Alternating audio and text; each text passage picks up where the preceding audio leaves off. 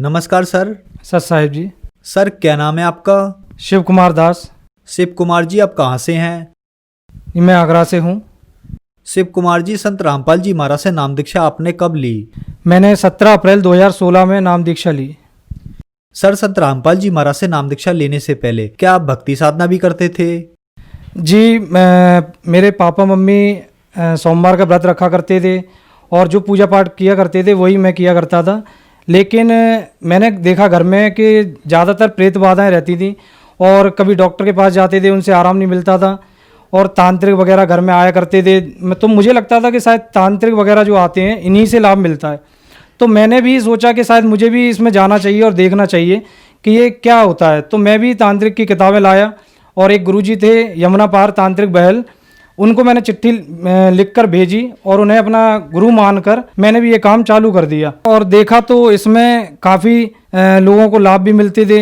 और इसके बाद घर की आर्थिक स्थिति इतनी ख़राब थी कि घर में बहुत ही ज़्यादा गरीबी की स्थिति चलती थी। पापा ईमानदारी से पैसा कमाते थे, फिर भी हमें कोई लाभ नहीं मिल रहा था। सर, फिर आप संत रामपाल जी महाराज की शरण में कैसे आए?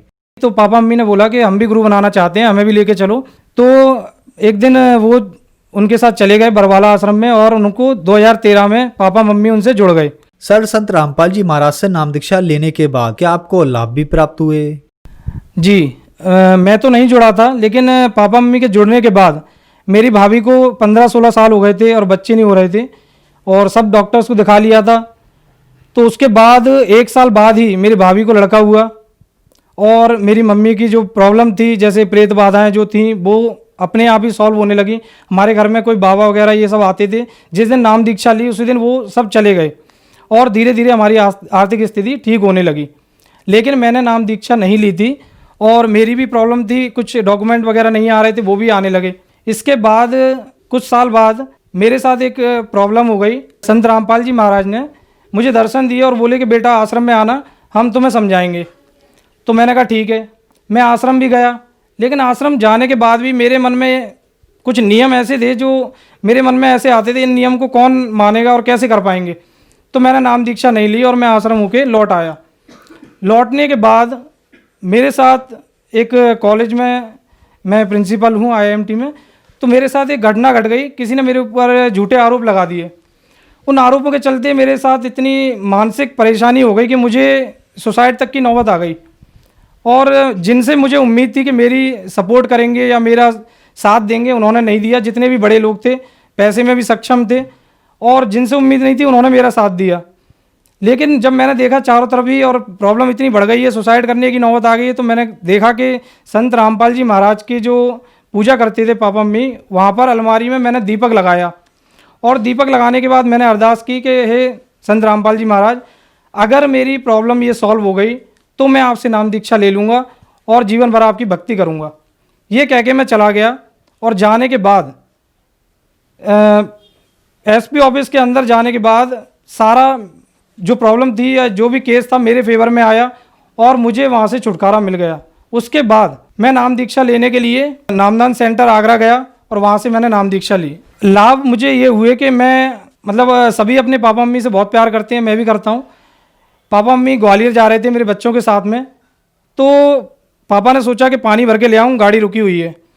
तो गाड़ी रुकी थी, पापा बोतल लेके गए पानी भरने के लिए और जैसे ही बोतल भरी और देखा कि ट्रेन चलने लगी, तो पापा दौड़ कर आए और उसका हैंडल पकड़ लिया ट्रेन का, और एक हाथ से ट्रेन का हैंडल पकड़े हुए थे और लटके हुए थे और लटके लटके गाड़ी चल रही है और गाड़ी चलते में नीचे पैर उनके घसीटते जा रहे थे। उन्हें लगा कि अब पैर नहीं बचेंगे, पर उन्होंने गुरुजी का नाम लिया, संत रामपाल जी महाराज का, और मन में ध्यान लगाया तो वो कैसे करके सीढ़ियों पे चढ़ गए ट्रेन की, पता नहीं चला। और ये सबसे बड़ा लाभ मिला मुझे आज। और मुझे सपना दिया रात को ही संत रामपाल जी महाराज ने कि तुम्हारे पिताजी की आयु हमने 100 वर्ष की बढ़ा दी है। उसके बाद दूसरा लाभ ये हुआ कि मेरी जो छोटी लड़की है उसके पेट में दर्द था और पेट में दर्द रहने के कारण मैं डॉक्टर के पास ले गया, कोई आराम नहीं मिला और इतनी कंडीशन ख़राब हो गई कि वो बिल्कुल रोने लगी, चीखने लगी। तब मुझे लगा कि शायद ये भी संत रामपाल जी महाराज ही ठीक कर सकते हैं। मैं उसे भी दीक्षा दिला के लाया और उस दिन के बाद आज का दिन है वो बिल्कुल ठीक है। और मेरे भी लड़का नहीं था, संत रामपाल जी महाराज ही मेरे ऊपर कृपा करेंगे। तो कई लोगों ने बोला भी था कि भाई दवाई दे दो, लड़का हो जाएगा, ये कर लो। मैंने कहा मैं संत रामपाल जी महाराज की शरण में हूँ, अगर मुझे दवाई लेने की ज़रूरत पड़ेगी तो फिर फ़ायदा क्या है। तो मैंने घर में ही उसका नाम मानिक करके रख दिया कि मैंने मानिक ही होगा। और 9 महीने के बाद जब लड़का हुआ तो सभी लोग मानने लगे कि हाँ गुरुजी हैं, और विश्वास से उन्होंने भी लड़का दे दिया। तो ये मुझे दूसरा लाभ मिला। इसके बाद मेरा भी प्रमोशन हुआ और आर्थिक स्थिति ठीक हो गई। हम लोगों ने अपना मतलब मकान नहीं था, कहते हैं कि गुरुजी से, संत रामपाल जी महाराज से नाम दीक्षा लेते हैं तो 4 महीने बाद बड़ा लाभ मिलता है। तो मैंने जिस दिन दीक्षा ली और मैंने मकान के लिए पैसे थे नहीं मेरे पास, तो लोन के लिए 15 लाख का लोन लिया। अब लोन पास करने के लिए पैन कार्ड चाहिए, पैन कार्ड मेरे पास था नहीं और निकल भी नहीं रहा था। तो ये प्रॉब्लम दिखी, तो फिर अरदास लगाई है परमात्मा, संत रामपाल जी महाराज आप भी कुछ कर सकते हैं। तो 3 साल पहले कभी अप्लाई किया होगा, वो अचानक से सामने आ गया मोबाइल में, उसी से हमने रसीद निकलवाई और हमारा इस तरह से लोन निकला और 4 महीने बाद हम लोग अपने घर में पहुंच गए। ये सबसे बड़ा लाभ हुआ। हमारी आर्थिक स्थिति बहुत सही नहीं थी क्योंकि आमदनी तो थी पर पैसा दिखता नहीं था। लेकिन जैसे ही हमने दीक्षा ली तो उसके बाद पता चला, संत रामपाल जी महाराज से मैंने जब दीक्षा ली उसके बाद हमारा 15 लाख का लोन मात्र 2.5 साल में पूरा हमने चुका दिया। और कैसे क्या कहाँ से किया ये पता नहीं चला। उसके बाद आज हमारे घर में सब कुछ है। आज परमात्मा की दया से, संत रामपाल जी महाराज की दया से अपनी कोठी में रह रहे हैं और मानसिक रूप से सभी सुखी हैं। और जब से मैंने दीक्षा ली है तब से मुझे ये भी लाभ है कि शारीरिक और मानसिक पूरा सुख है, कोई दवाई खाने की ज़रूरत नहीं पड़ती है।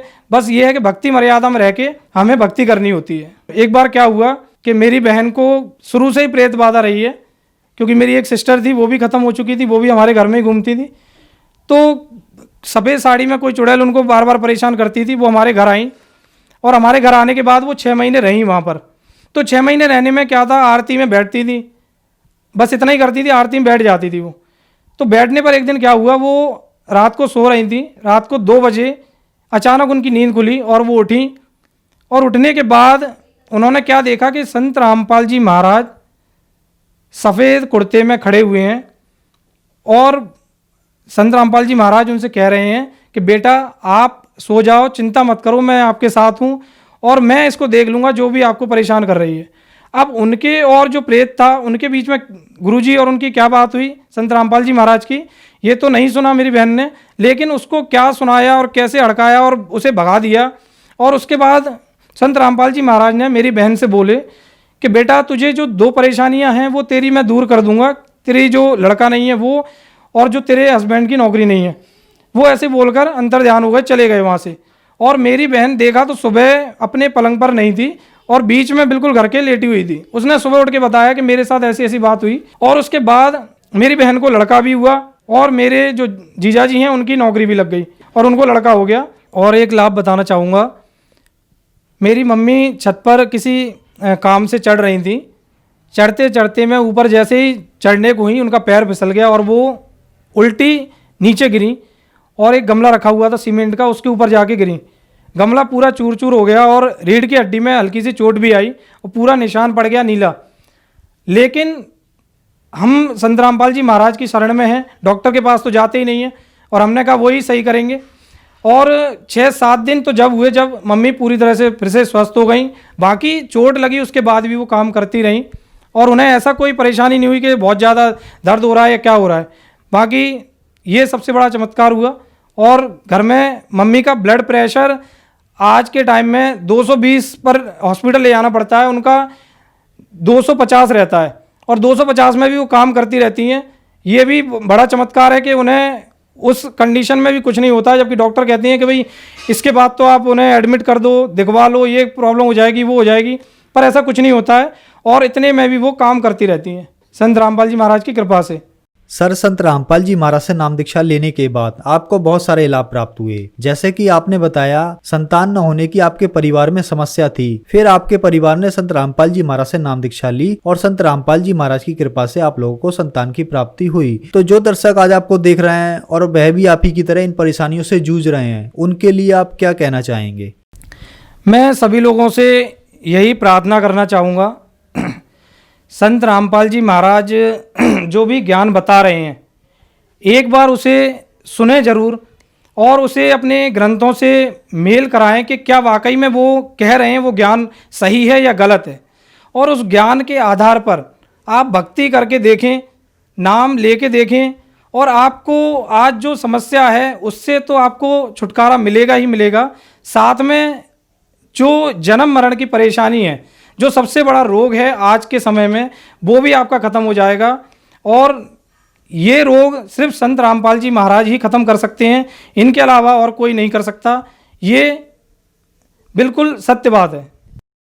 सर, आप एक एजुकेटेड पर्सन हैं, आप एक मैनेजमेंट कॉलेज में प्रिंसिपल के पद पर कार्यरत हैं। हम आपसे यह पूछना चाहेंगे कि कुछ लोग कहते हैं कि संत रामपाल जी महाराज से उनके अनुयायी अंधश्रद्धा के तहत जुड़ते हैं, क्या ये सही है? जो लोग ये बात करते हैं कि अंधश्रद्धा के तहत जुड़े हैं, तो मैं उनको ये बताना चाहूँगा कि अगर आप लोग पढ़े लिखे हैं वाकई में, तो पढ़े लिखे होने का सबसे बड़ा फ़ायदा तो यही है कि हम अपने धर्म ग्रंथों को खुद पढ़ के देखें क्या वाकई में संत रामपाल जी जो महाराज जो बता रहे हैं वो एक्चुअल है या नहीं है, या हम लोग ऐसे ही उन्होंने बता दिया और मान लिया। ये बिल्कुल नहीं है।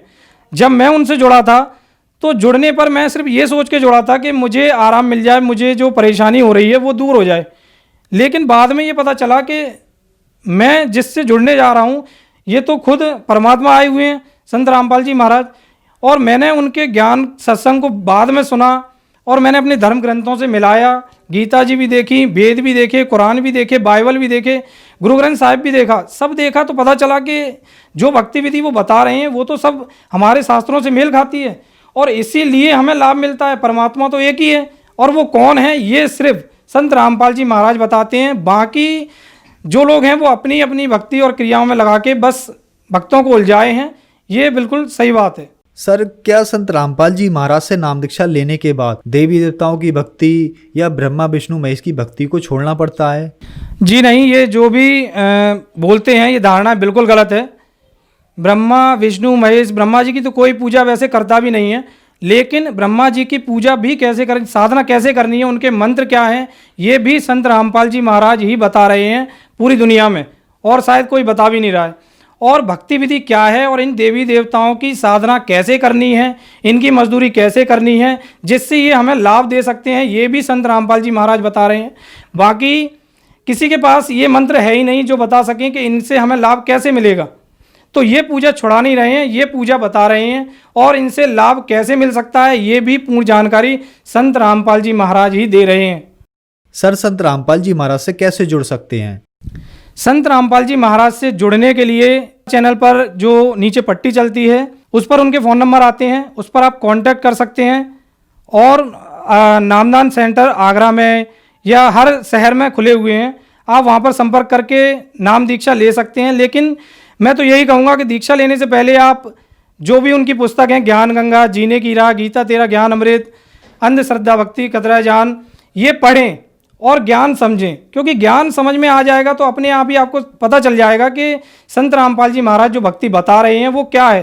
क्योंकि जब तक आपको ज्ञान नहीं समझ में आएगा तो आपको पता ही नहीं चलेगा कि हम क्या कर रहे हैं क्या नहीं कर रहे हैं। क्योंकि भक्ति में मर्यादा बहुत ज़रूरी है।